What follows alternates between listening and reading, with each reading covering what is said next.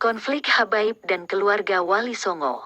Mayoritas Ba'alawi gengsi untuk belajar pada ulama pribumi. Pada bagian yang ke-10 ini, Kiai Haji Ali Badri Pasuruan menyuguhkan 4 fakta sejarah terkait ulama Ba'alawi yang dinilai sebagai ulama besar. Dalam banyak hal, ulama Habaib Ba'alawi dinilai punya level tinggi, bahkan sampai mujtahid mutlak. Ini kadang tidak sesuai dengan fakta sejarah. Bukan hanya itu, Kiai Haji Ali Badri juga melihat banyak Habaib Ba'alawi di Indonesia yang tidak mau belajar dengan ulama pribumi. Simak penjelasan Kiai Haji Ali Badri Pasuruan berikut ini. Catatan kedua. Banyak keluarga Ba'alawi yang mengatakan bahwa leluhur mereka mulai Fakih Mukodam hingga Sayyid Ahmad Al-Muhajir semuanya adalah ulama besar dengan level mujtahid mutlak. Namun mereka tawadu sehingga tetap bermazhab dengan mazhab Syafi'i. Cerita itu bertentangan dengan beberapa fakta sejarah, bahkan bisa jadi bumerang bagi status keabsahan nasab mereka sendiri. Berikut fakta-fakta itu. Fakta pertama tentang keilmuan leluhur Ba'alawi dalam sejarah. Dalam kitab Al-Istizadah min Akhbaris Sadah halaman 62. Habib Ali bin Muhsin Assegaf mengutip pernyataan kakek beliau, yaitu Habib Abdurrahman bin Ubaidillah Assegaf, Mufti Hadramaut yang wafat tahun 1375 Hijriah. Sedikit saja dari leluhur Ba'alawi yang berintisab pada ilmu. Mereka, ulama ahli sejarah, tidak memuji keilmuan kecuali pada Fakih Mudadam dan Sahib Mirbat. Mereka tidak menyebut ayah Fakih Mukodam selain dengan sebutan alim sufi. Juga tidak ada data yang menunjukkan bahwa Al-Muhajir luas ilmunya. Mereka juga tidak menyebut Ubaidillah, Muhammad bin Ubaidillah, Ali Al-Uraidi dan Ali Hali Kasam sebagai ahli ilmu sama sekali. Maksud Habib Abdurrahman, masing-masing leluhur Ba'alawi itu tidak dikenal sebagai ulama besar di zamannya, apalagi sampai derajat imam, lebih-lebih mujtahid mutlak. Setiap zaman ada ulama yang menulis biografi ulama besar di zamannya, apalagi sekelas ulama, mujtahid mutlak, apalagi Ahlul Bait. Sepertinya Habib Abdurrahman tidak menemukan kitab sezaman yang mencatat semua leluhur Ba'alawi sebagai ulama besar dengan level mujtahid mutlak. Dalam hal ini beliau berusaha objektif menilai berita terkait leluhur Ba'alawi yang merupakan leluhur beliau sendiri. Beliau berbicara apa adanya sesuai kajian ilmiah beliau, itu bukan berarti kurang menghormati leluhur beliau sendiri. Artinya, beliau tidak fanatik dan tidak mudah menerima berita pujian walaupun untuk leluhur sendiri. Bahkan beliau tidak mau cerita yang tidak jelas sumbernya itu dibiarkan saja, khawatir dianggap mengarang cerita untuk mengunggulkan leluhurnya sendiri. Menurut Habib Muhammad bin Ahmad Asy-Syatiri, orang pertama di Hadramaut yang alim adalah Syekh Salim bin Abdul Karim Bafadal. Beliau pergi ke Irak untuk belajar dan menetap di sana selama 40 tahun sehingga orang-orang mengira beliau telah meninggal dunia. Setelah pulang ke Hadramaut beliau pun mengajar dan di antara murid beliau adalah Sayyid Alwi Amil Faqih. Adwar Etari Al-Hadrami halaman 193-199 yang dinukil di dalam kitab Al-Istizadah halaman 622. Keterangan ini menunjukkan bahwa keluasan ilmu Amil Faqih yang merupakan salah satu guru Fakih Mukodam didapat dari Syekh Salim yang belajar ke Irak, bukan dari ayah beliau sendiri.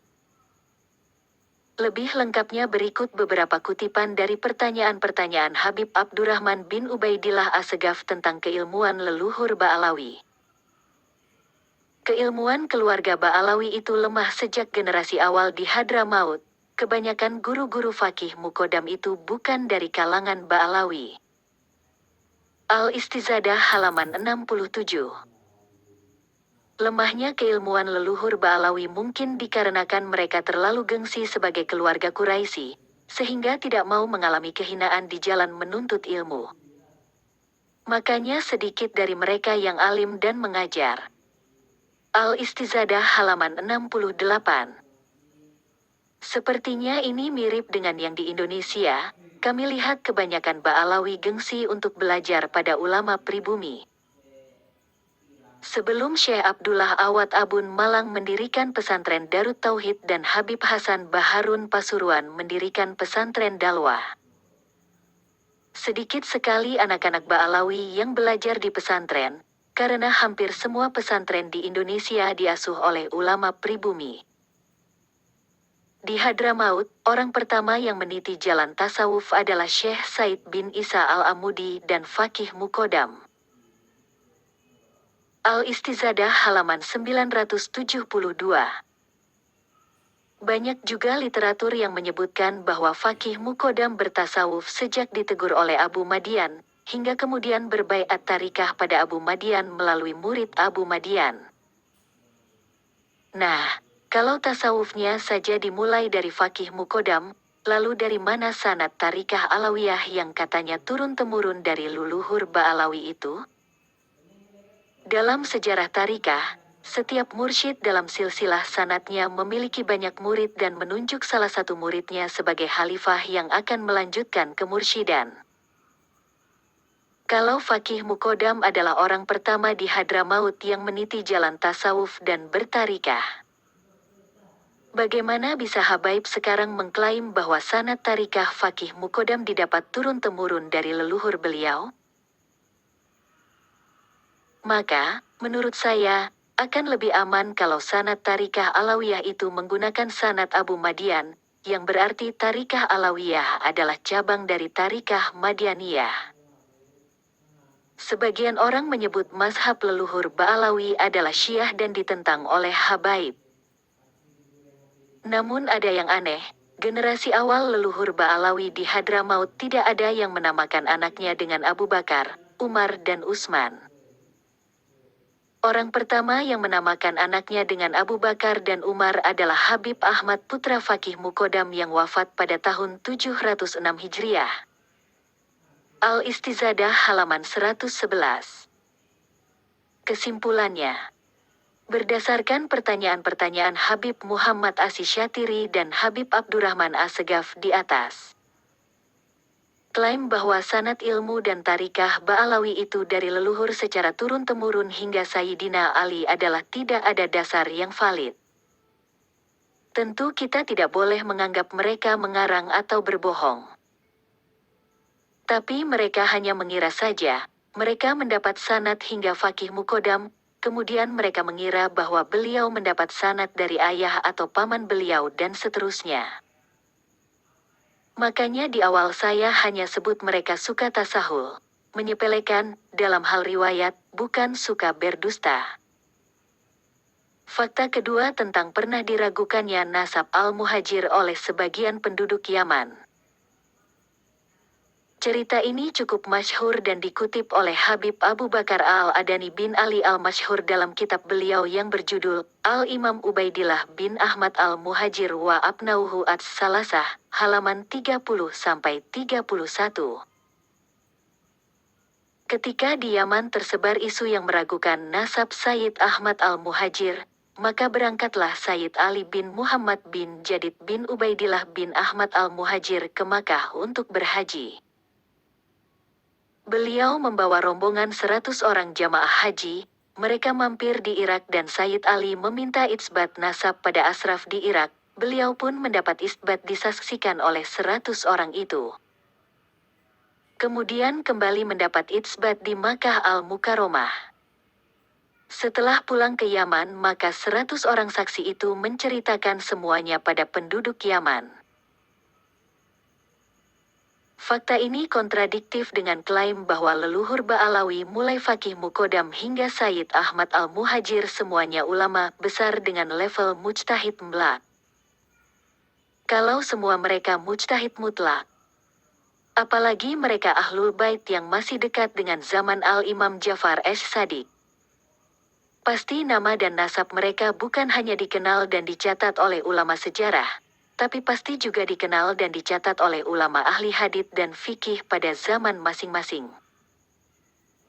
Dengan kata lain, mana mungkin seorang mujtahid mutlak diragukan nasabnya sampai segitunya.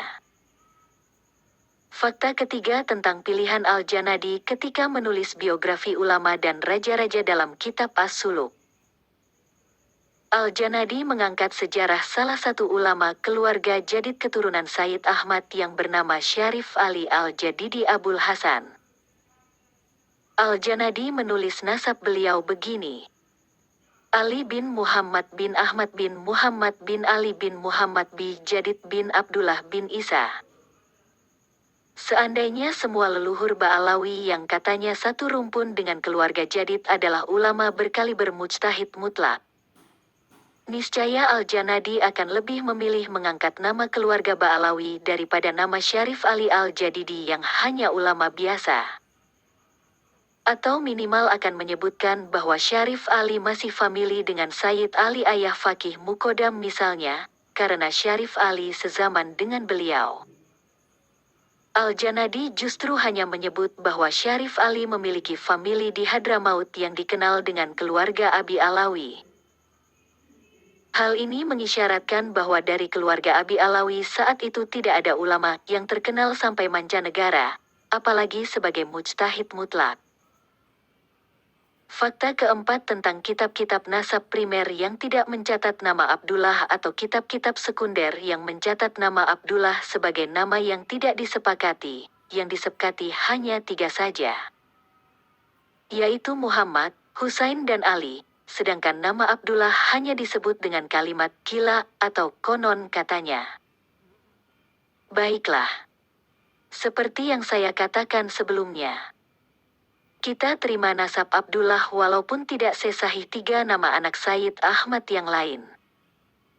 Bahkan kita terima bahwa Ubaidillah itu adalah orang yang sama dengan Abdullah yang ditulis oleh Al-Janadi.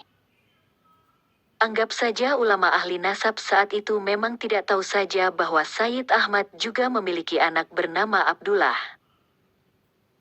Jadi, nasab Sayyid Abdullah bisa diterima? Hanya saja, mana mungkin anak Sayyid Ahmad yang menjadi mujtahid mutlak tidak diketahui oleh ahli nasab dan ahli sejarah. Sedangkan anak-anak Sayyid Ahmad lainnya yang bukan ulama besar saja diketahui dan dicatat oleh semua kitab nasab. Fakta ini menunjukkan bahwa nama Sayyid Abdullah tidak sebesar yang diceritakan oleh keluarga Ba'alawi, justru beliau adalah ulama biasa atau tidak terkenal sekali. Atau sebaliknya, Sayyid Abdullah adalah mujtahid mutlak yang tentu terkenal di mancanegara, berarti dikenal juga oleh ahli nasab dan ahli sejarah di zamannya. Maka ketika nama beliau yang sangat terkenal itu tidak dimasukkan dalam kitab nasab Ahlul Bait, berarti para ulama ahli nasab tidak mengakui nasab beliau. Hanya 2 inilah pilihannya. Sayyid Abdullah bukan mujtahid mutlak bahkan bukan orang terkenal sehingga tidak dikenal oleh semua ahli nasab. Atau beliau terkenal tapi tidak diakui nasabnya oleh para ulama ahli nasab. Ba'alawi mau ambil yang mana dari kedua pilihan ini? Inilah yang saya maksud bahwa klaim mereka soal ini bisa jadi bumerang bagi status keabsahan nasab mereka. Sebelum melanjutkan pada catatan ketiga, saya ingin menjelaskan satu hal pada saudara-saudara sekalian, bahwa tidak semua yang masyhur tentang masa lalu itu berarti pasti benar. Kita harus tahu sejak kapan masyhurnya. Misalnya saja saat ini ada seorang ulama terkenal dan diikuti oleh semua umat Islam Indonesia. Beliau menyampaikan sebuah cerita yang beliau kira benar, padahal sebenarnya salah. Maka sejak saat ini cerita itu akan masyhur hingga beberapa abad yang akan datang. Semua ulama dari zaman ke zaman menukil cerita beliau itu karena husnuzon saja. Contoh real saja. Kitab nasab yang menyebut bahwa Wali Songo itu Asmat Khan adalah kitab nasab Ba'alawi terakhir, yaitu Ta'liq Syamsuz Zahirah yang belum sampai 1 abad. sebelum itu Habaib Yaman tidak tahu, maka sejak itulah di Yaman masyhur bahwa Wali Songo itu Asmat Khan. Sekarang ini, semua Habaib di Yaman menganggap Wali Songo itu Asmat Khan, bahkan ada yang bilang bahwa jelasnya nasab Wali Songo sebagai Asmat Khan seperti matahari di siang hari. Kalau sekarang ditemukan nasab Wali Songo dengan versi lain kemudian ada yang meneliti dan lebih condong pada versi lain itu, apakah berarti dia salah karena menyalahi yang sudah masyhur? Sedangkan masyhurnya hanya dalam kurun 100 tahun terakhir ini saja. Apakah berarti juga dia merasa lebih pandai dari Habib dia, Syahab? Pentalik Syamsuz Zarirah, Habib Salim Asy-Syatiri, Habib Abu Bakar Al-Adani bin Ali Al-Masyhur dan lain-lain yang menerima nasab Wali Songo versi Asmat Khan? Tentu tidak.